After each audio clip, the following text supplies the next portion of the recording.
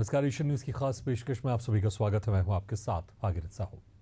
रायपुर के कुशाभाऊ ठाकरे परिसर में भाजपा की एक दिवसीय मैराथन कार्यशाला आयोजित हुई। इसमें राष्ट्रीय और प्रदेश स्तर के वरिष्ठ नेताओं ने नवनियुक्त पदाधिकारियों को जीत का मंत्र दिया। कार्यक्रम का उद्देश्य था कि पदाधिकारी जनता से जुड़े संगठन को मजबूत करें और सरकार के साथ तालमेल बनाएं। प्रदेश अध्यक्ष किरण सिंह देव की नई टीम ने कार्यभार संभाल लिया है। पुरानी और नई टीम के पदाधिकारियों की मौजूदगी में मिशन 2028 की रणनीति पर विस्तार से चर्चा हुई। पार्टी ने साफ किया कि इसी टीम के साथ चुनावी मैदान में उतरना है। सितंबर अंत तक 7 मोर्चों के कार्यकारिणी गठित कर दी जाएगी और 105 पदाधिकारियों की नियुक्ति पूरी हो जाएगी। वरिष्ठ नेताओं ने नए पदाधिकारियों को समझाया कि संगठन और सरकार के बीच तालमेल जरूरी है। जनता की समस्याओं को समझकर समाधान करना ही पार्टी की असली ताकत है। भाजपा कार्यकर्ताओं की सक्रियता और विषम परिस्थितियों में भी संगठन को मजबूत बनाने की क्षमता पर जोर दिया गया। 3 साल की कार्य योजना और विजन डॉक्यूमेंट पार्टी का रोड मैप होगा। वहीं कांग्रेस के पूर्व अध्यक्ष धनेन्द्र साहू ने कहा कि सत्ता और बीजेपी संगठन से जनता नाराज है और वरिष्ठ नेताओं को दरकिनार किया जा रहा है। दूसरी ओर भाजपा नेताओं ने पुराने कार्यकर्ताओं के सम्मान और गुटबाजी से दूर रहने का संदेश दिया। भाजपा ने साफ कर दिया है कि मिशन 2028 के लिए संगठन और सत्ता को एकजुट होकर ही आगे बढ़ना होगा।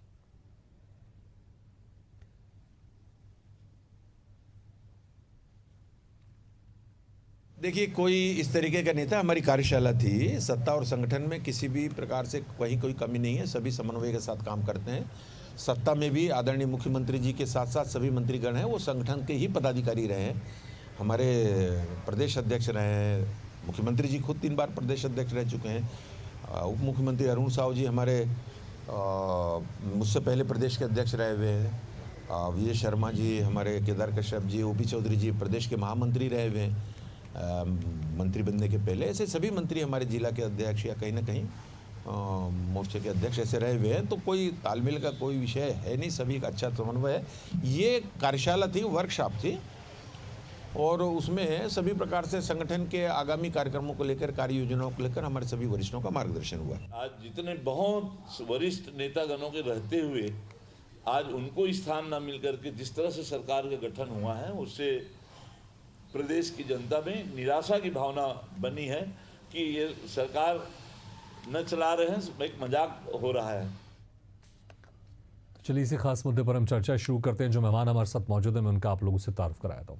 हमारे साथ में भाजपा प्रवक्ता आलोक सोनी जी, कांग्रेस प्रवक्ता प्रगति वाजपेयी जी और वरिष्ठ पत्रकार के शर्मा जी।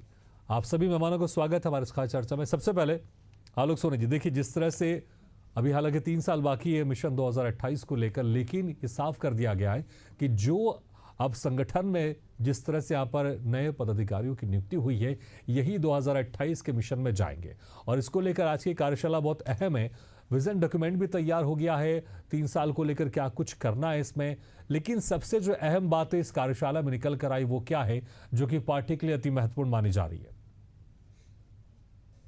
भागीरथ जी, आपको, आपके सभी दर्शकों को, साथी प्रवक्ता जी को और वरिष्ठ पत्रकार जी को नमस्कार।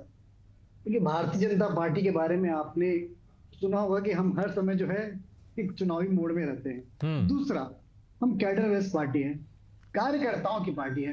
कार्यकर्ताओं से ही जो है वो हम अपनी पार्टी पे जो मजबूती है, जो हमारे संगठन की मजबूती है, वो कार्यकर्ताओं की। अभी प्रदेश में नई कार्यकारिणी का गठन हुआ है। नई कार्यकारिणी में बहुत से ऐसे नए चेहरों को, नए व्यक्तियों को, नए कार्यकर्ताओं को अवसर दिया गया है जो पार्टी में सेकंड लाइन पे पार्टी के लिए काम कर रहे थे, उन्हें आगे लाई है पार्टी। तो ये आवश्यक था कि पार्टी के विजन डॉक्यूमेंट्स को, कि पार्टी का विजन क्या है, पार्टी का मोटिव क्या है, और हम आने वाले समय में, चाहे वो जब भी चुनाव हो, 28 में हो, 29 में हो, जब भी हो, तो किस मनोदशा के साथ में और किस तैयारी के साथ में चुनाव में जाएंगे। दूसरी चीज यह भी आवश्यक है कि हमारे जो वरिष्ठ, जो हमारे प्रभारी हैं, जो हमारे वरिष्ठ जो नेता हैं, जो हमारे अभी वर्तमान अध्यक्ष हैं, उन सभी प्रदेश की जो कार्यकारिणी है, जो नई बॉडी बनी है, उन सभी से आपसी में एक जो समन्वय होना चाहिए, जो एक मेल जोल होना चाहिए, उसके लिए परिचयात्मक कहना चाहिए जिसे, उसके लिए भी जो है ये बैठक को रखा गया था, ताकि हम आपस में एक दूसरे की वर्किंग को, एक दूसरे को समझ ले, हम अपने व्यक्तित्व को समझ ले। उसके साथ ही जो है वो भारतीय जनता पार्टी ने कहना चाहिए कि वो एक अच्छा, जो यही रिबन बड़ा को चैलेंज लेकर है आप लोग की पार्टी में जी। फिलहाल अभी, मुझे ऐसा लगता है, क्योंकि जिस तरह से कांग्रेस भी कह रही है कि वरिष्ठ नेताओं का दरकिनार करके नए लोगों को मंत्री बनाया गया, नए लोगों को जिम्मेदारी दी गई, तो इस वक्त क्या सबसे बड़ा चैलेंज यही है कि जिस तरह से जो अभी नए यहाँ पे पदाधिकारी आए हैं, नए मंत्री आए हैं, सत्ता और संगठन में तालमेल बैठे और वरिष्ठ अधिकारियों को लेकर जिस तरह से कांग्रेस बात कहती रहती है कि वो नाराज हैं, और कुछ कांग्रेस के नेताओं ने ये तो कहा है कि आप खुलकर आप विरोध कीजिए, हम आपके साथ हैं, तो क्या सबसे बड़ा इस वक्त यही चैलेंज है कि वरिष्ठ नेता जो कि पहले कभी मंत्री थे, संगठन में बड़े पद में थे, अब उनके बदले सेकंड लाइन की जो आप बात कर रहे हैं, तो इनके बीच में तालमेल सबसे ज्यादा जरूरी है बैठाना, क्या सबसे बड़ी चुनौती ये भी है, यही आप मानते हैं क्या इसको भी? भारतीय जनता पार्टी में भागीरथी जी ऐसी कोई चुनौती नहीं है। उसका एक सबसे बड़ा कारण यह होता है कि आप हमारी पार्टी में आप एक समय के अनुसार हर बार आप देखेंगे कि जो चेहरे हैं वो एक समय के अनुसार बदलते चले जाते हैं, और ये हमारी केवल मांग नहीं है, ये आम जनता की और ये आज की वर्तमान दौर की राजनीति की भी मांग है कि आप हमेशा जो है उन युवाओं को, उन नए चेहरों को, उन नए पार्टी के नौनिहालों को जो है वो आगे बढ़ाएं, और इसी तरह से ये सतत एक प्रक्रिया है हमारी पार्टी की। इसलिए ये चैलेंज नहीं है, इसलिए भी नहीं है क्योंकि जब जो पुराने जिनकी बात हो रही है उनको जब अवसर दिया गया तो स्वाभाविक है कि उसमें भी कई वरिष्ठ थे, उन्हें हटा करके या उन्हें पीछे करके फिर आगे बढ़ाया गया। तो ये एक सतत प्रक्रिया है, इसलिए हम इसे चैलेंज के रूप में नहीं लेते। और जहां तक सम्मान है सभी वरिष्ठों का, जो भारतीय जनता पार्टी के पुराने वरिष्ठ है, जो पार्टी के फाउंडर मेंबर है, जो कोर टीम के मेंबर है, उन सभी का भारतीय जनता पार्टी में बेहद अहम रोल है, और वो इस बात को जानते हैं और सम्मानित महसूस करते हैं कि जितना भी समय पार्टी ने उन्हें अपने दायित्व को, उत्तरदायित्व को निभाने के लिए दिया, वो बहुत महत्वपूर्ण था और बहुत ही अच्छा समय था उनके लिए। और ये एक बहुत बड़ी चैलेंज और बहुत बड़ी कहना चाहिए उपलब्धि है किसी भी व्यक्ति, किसी भी कार्यकर्ता के लिए। ठीक है प्रगति जी, देखिए जिस तरह से अभी 3 साल बाकी है, लेकिन अभी से मिशन 2028 की शुरुआत हो गई है, और वहीं अगर देखें तो आपकी पार्टी में अभी नेतृत्व को लेकर भी थोड़ा घमासान मचा हुआ है। जिस तरह से हमने देखा था बड़े मन से जब आपके पूर्व मुख्यमंत्री का जब जन्मदिन था भूपेश बघेल का, तो उस वक्त कहा गया था कि आने वाले दिनों में इन्हीं को पूरी जिम्मेदारी संभालनी है, और इसको लेकर कहीं देखिए अभी जो वर्तमान में आपके पीसीसी अध्यक्ष हैं, जो उपनेता प्रतिपक्ष हैं, तो कहीं ना कहीं ऐसा लग रहा है कि अभी आपके पार्टी में घमासान मचा हुआ है, लेकिन बीजेपी अभी से सत्ता में है, लेकिन अभी से 3 साल पहले से मिशन 2028 को लेकर अभी यहां पर तैयारी शुरू हो चुकी है नए पदाधिकारियों के साथ।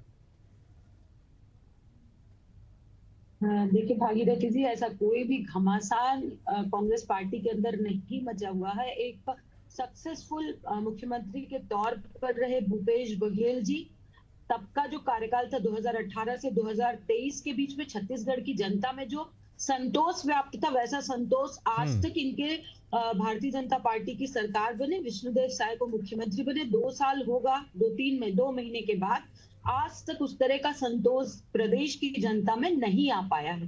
अब मैं आपसे बात करती हूँ, देखिए क्या बात है, यदि आप भागीरथी जी जो बोल रहे हैं कि भारतीय जनता पार्टी में, सुन रही थे अभी साथी जो प्रवक्ता है भारतीय जनता पार्टी के, वो कह रहे थे कि नए को हटा दिया जाता है, तो वो खुद ये बता रहे थे कि इनकी पार्टी में क्या है, गैरों को पुरस्कार दिया जाता है और जो अपने थे उन्हें तिरस्कृत किया जाता है। कांग्रेस की ये परिपाटी कभी भी नहीं थी, ना है।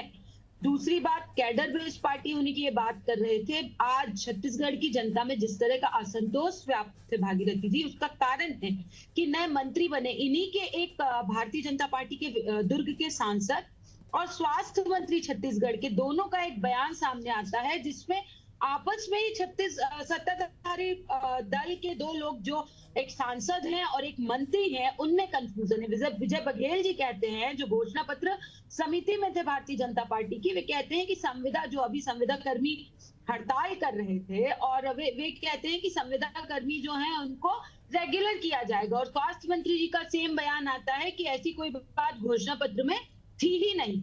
तो सीधी सी बात ये भागीरथी जी, एक तो ये उदाहरण हुआ, ये सिद्ध करता है कि छत्तीसगढ़ प्रदेश अंधेर नगरी चौपट राजा बना हुआ है और इसको टकेसेर बेचने का पूरा इंतजाम भारतीय जनता पार्टी की सरकार ने कर लिया।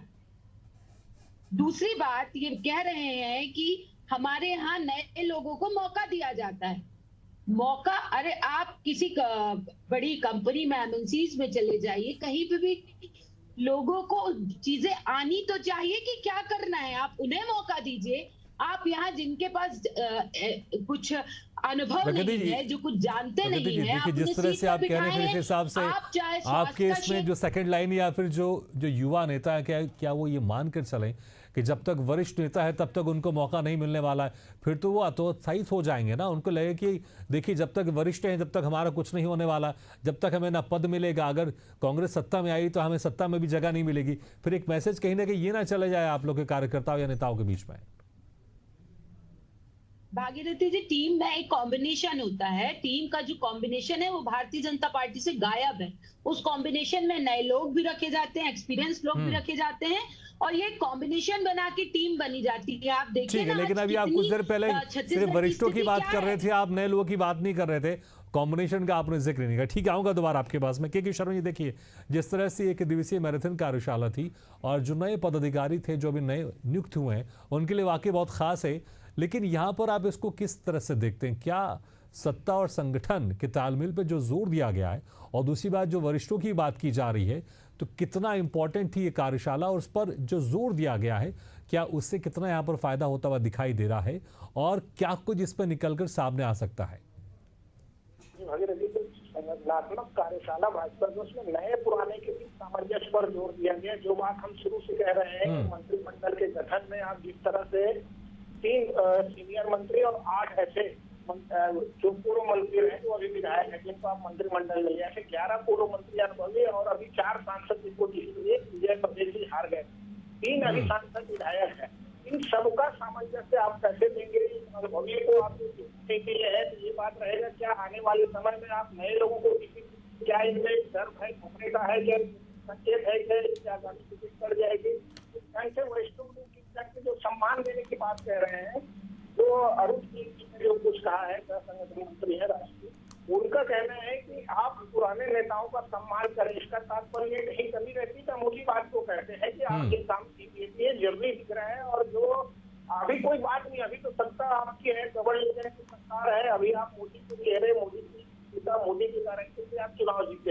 आपने प्रदेश के नेताओं के संपर्क वाली बात तो आई नहीं है, मोदी के नाम पर आपने चुनाव लड़ा है, और यहाँ पे भूपेश बघेल सरकार के सुशासन का भ्रष्टाचार तमाम प्रकार के जो आरोप लगाए, जनता ने आप पर विश्वास रखती है।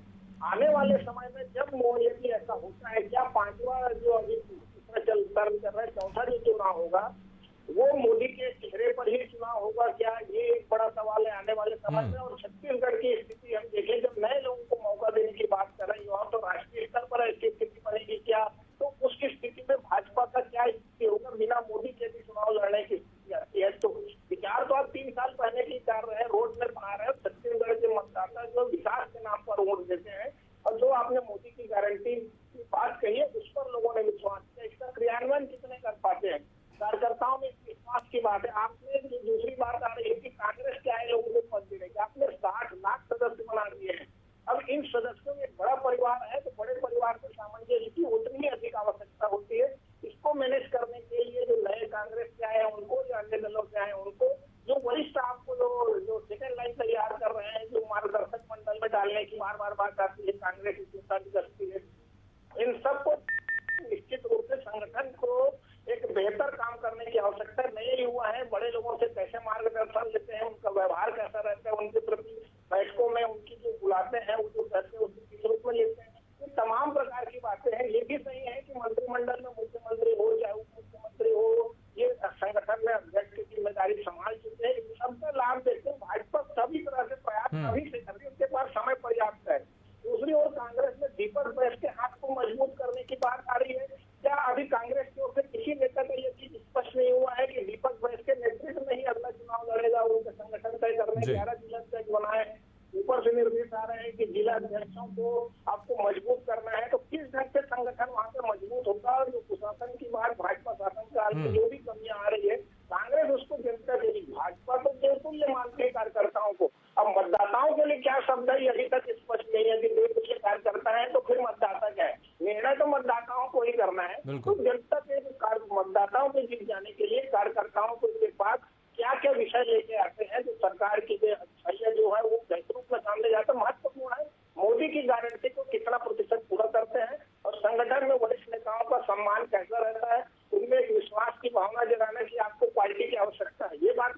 बिल्कुल, और जो आपने विषय का जिक्र किया, मुझे लगता है आलोक सोनी जी, विषय, कार्य योजना, विजन डॉक्यूमेंट इन 3 सालों में क्या रहने वाला है? क्या मोदी की गारंटी है, या फिर मोदी के चेहरे पर भी 2028 में आप जाने वाले हैं, या फिर जिस तरह से कार्य योजना रोड मैप की बात हुई इस कार्यशाला में, उसमें क्या प्रमुख रहने वाला है?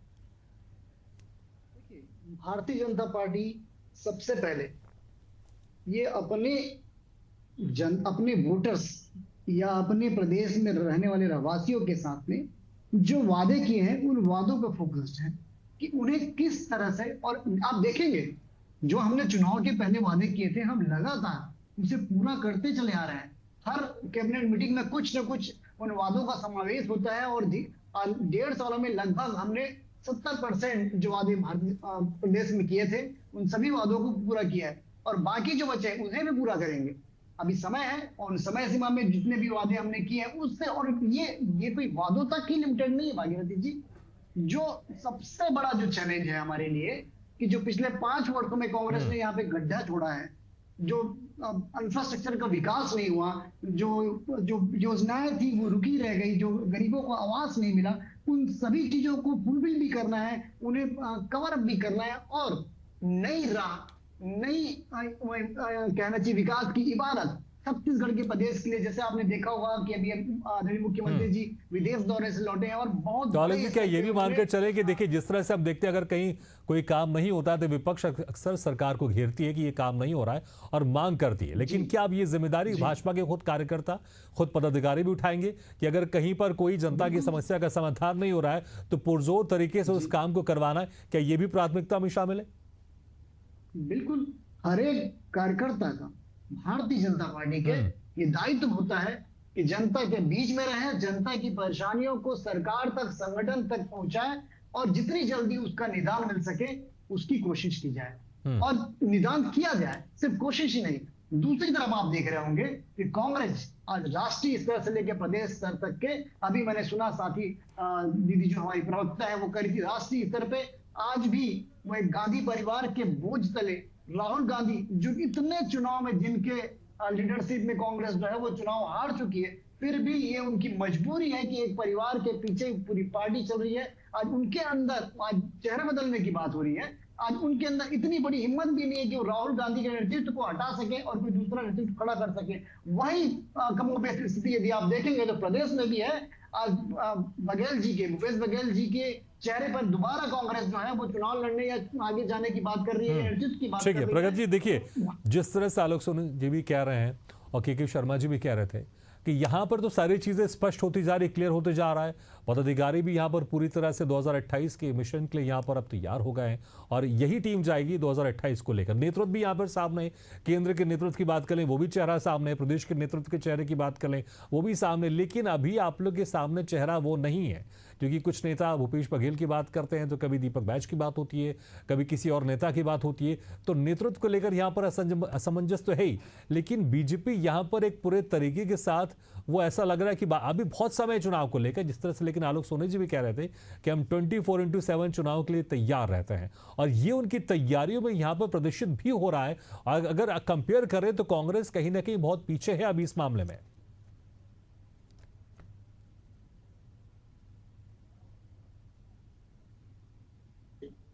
24/7 ये सिर्फ चुनाव लड़ने के लिए ही तैयार रहते हैं और इनके पास जनता के विकास का, विजन का कोई मुद्दा नहीं होता, कोई आधार नहीं होता। जनता मर रही है, पिट रही, इनको कोई लेना देना नहीं है, ये चुनाव के लिए बने हुए हैं। मैं अभी जो ये कह रहे हैं विकास, जब से भारतीय जनता पार्टी की सरकार बनी है, आरटीआई किसी ने निकाला तो ये पता चला कि 1 किलोमीटर की सड़क भी नहीं बना पाए हैं ये अपने कार्यकाल में। ये जो चुनाव की जो बात कर रहे हैं, इनका विकास से कोई लेना देना नहीं है। आज एक वीडियो आपने देखा होगा, माननीय मुख्यमंत्री जी दौरा कर रहे हैं बाढ़ प्रभावित। 2 मिनट आलोक सोनी जी, आप बोल रहे थे तो चुप सुन रहे थे, सुनिए बात सुनिए। आज जब बाढ़ प्रभावित क्षेत्र का दौरा कर रहे थे विष्णुदेव साय जी, आप देखिए मुख्यमंत्री की गरिमा होती है, वो किस तरह के प्रश्न पूछ रहे थे वहाँ की जनता को, शहर की राजधानी की जो प्रोविजन है उसके बारे में बताया गया। तो पहले आरटीआई लगाना तो सीखिए, बार बार यदि मैं इस बात को कई चैनलों के माध्यम से कह चुका हूं। चलिए, मेरे पास समय कम है। प्रगति जी, आप अपनी बात पूरी कर लीजिए आलोक संक्षेप सोनी में। जी, जब तक आप बिल्कुल बिल्कुल इन्हें बोलिए, डिबेट की गरिमा बनाए रखें। देखिए, अजय जामवाल जी ने खुद कहा है कि भारतीय जनता पार्टी में कार्यकर्ताओं की जरूरत है, गुटबाजी करने वाले नेताओं की जरूरत नहीं है, और इसलिए गुटबाजी का परिणाम मिला इनके वरिष्ठ नेताओं को, जिन्हें हटाया गया। कितनी कैबिनेट मीटिंग हुई है और जनता के हित की बात हुई है, पूछो भारतीय जनता पार्टी की प्रवक्ता चलिए, से लेकिन कि मुझे लगता है अभी कभी तक आप कह रहे हैं सरकार कि वरिष्ठ नेताओं का अनदेखा किया जा रहा है, कभी आप कह रहे हैं कि जो वरिष्ठ नेता गुटबाजी कर रहे थे इसलिए उनको हटाया गया। तो मुझे लगता है यहाँ पर थोड़ा सा क्लियर चीजें नहीं है, लेकिन ठीक है। बहरहाल मुझे लगता है कि जो कार्यशाला कितना असर डालेगी। एक लास्ट कमेंट और ले लेते के शर्मा। के शर्मा जी, देखिए 2028 अभी बहुत दूर है, लेकिन 3 साल पहले इस तरह से कार्य योजना के ऊपर काम करना, ये किस दिशा की ओर जाता है संक्षेप में?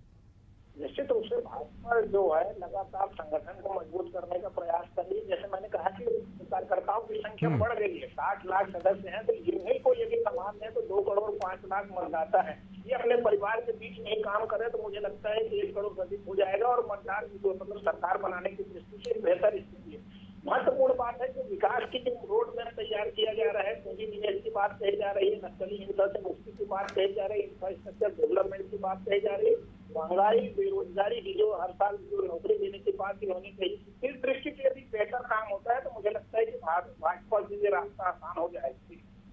बिल्कुल, वाकई। और इसलिए देखना होगा कि कार्यशाला के बाद जिस तरह से यहाँ पर जोर दिया गया है कि सत्ता और संगठन में तालमेल बना रहे, तो वही जो जनता की समस्याएं वो पूरी की जाए, इसको लेकर भी जो कार्यकर्ता हैं, पदाधिकारी ध्यान रखें। बहुत बहुत शुक्रिया आपसे मेहमानों का, आलोक सोनी जी, प्रगति वाजपेयी जी, के शर्मा जी, शुक्रिया हमारे खास चर्चा में शामिल होने के लिए।